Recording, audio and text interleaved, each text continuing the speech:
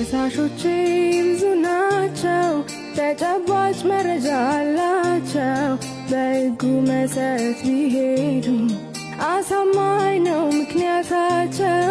በየትኛው ቅድስናዬ ልጋፈጥ ልቆም ለራሴ? አንገት መድፋት መሸማገል ዝምታ ብቻ እንጂ መልሴ።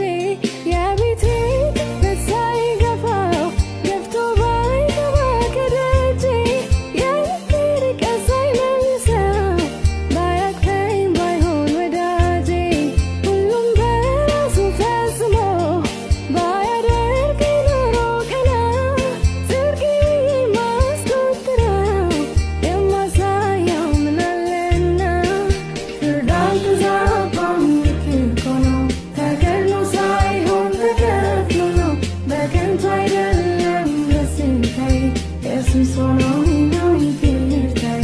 ፍርድ አልተዛባም ልክ እኮ ነው፣ ተገድሎ ሳይሆን ተከፍሎ ነው።